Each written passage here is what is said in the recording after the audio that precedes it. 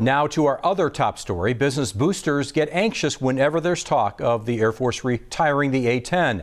Now, the Warthog is the main mission for Davis-Monthan Air Force Base, estimated to have a $3 billion impact on the local economy. But now, as 9 on Your Side's Craig Smith reports, the Air Force is talking about keeping the A-10 active for at least another 20 years. The A-10's been flying since the 1970s. The Air Force has been talking on and off about retiring the Warthogs and turning the ground support mission over to newer, sleeker, stealthier aircraft like the F-35.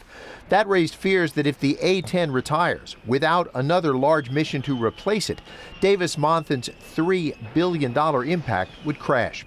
Now an article in Air Force magazine quotes the three-star general over plans and programs as saying the Air Force wants to keep flying A-10s to the year 2040 and maybe beyond.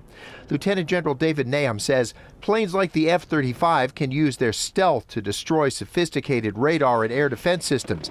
But once that threat is down, the A-10 and its big gun are cost-effective ways to protect troops. He says plans to reduce the A-10 fleet free up money, quote, that we can now invest back into the A-10, the wings and all the structural things, as well as the avionics, to make sure it can integrate into the digital battlefield of the future. And we have those investments all paid for and ready to go. General Nahum says the Air Force wants to maintain 7 squadrons of A-10, with a mix of Air Force Reserve, and National Guard. Right now, Davis-Monthan has 3 A-10 squadrons with about 24 planes apiece. Ted Maxwell is a retired 2-star general who flew with the Air Force and the Air National Guard. He expects the Air Force to always want to keep DM a busy base for fighter aircraft. When it comes from a tactical perspective for the Air Force, there is no better place to train than in the West.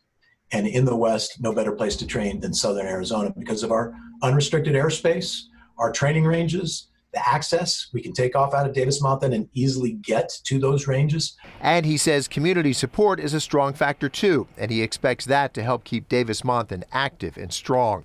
Craig Smith, KGUN 9 on your side.